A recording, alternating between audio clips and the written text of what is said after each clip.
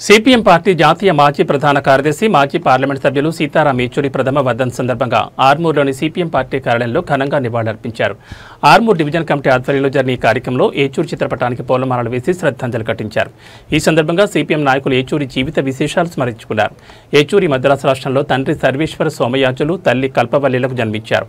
ఆయన విద్యాభ్యాసం హైదరాబాద్లోని నిజాం కళాశాలలో, ఆ తర్వాత ఢిల్లీలోని జవహర్లాల్ నెహ్రూ యూనివర్సిటీలో ఎంఏ ఎకనామిక్స్లో జరిగింది. 1974లో తన రాజకీయ జీవితాన్ని ప్రారంభించిన యేచూరి ఎస్ఎఫ్ఐలో జవహర్లాల్ నెహ్రూ యూనివర్సిటీ అధ్యక్షునిగా 3 సార్లు ఎన్నికయ్యారు. అనంతరం CPM party central committee member, polit bureau సభ్యునిగా పనిచేశారు.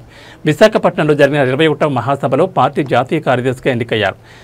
సిబిఐటీలో ప్రథమ స్థానంలో పాస్ అయిన యేచూరి 1969లో 1 సంవత్సరం పాటు అజ్ఞాతవాసంలో గడిపారు. 2005లో పశ్చిమ బెంగాల్ నుంచి రాజ్యసభకు ఎన్నికయ్యారు.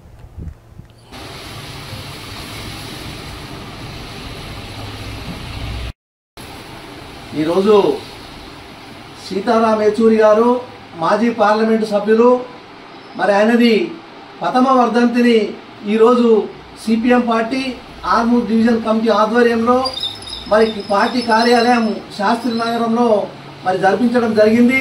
ఆయన ఫోటోకు పూలమాలలు వేసి మరి ఘననివాళులు అర్పించడము మరి పార్టీ నాయకులందరూ కలిసి.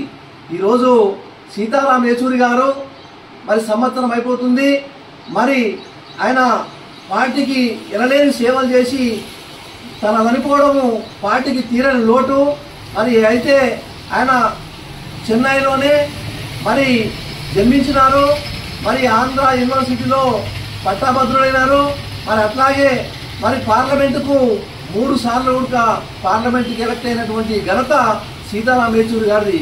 మరి అట్లాగే జాతీయ కార్యదర్శిగా కూడా 3 సార్లు చేసిండు.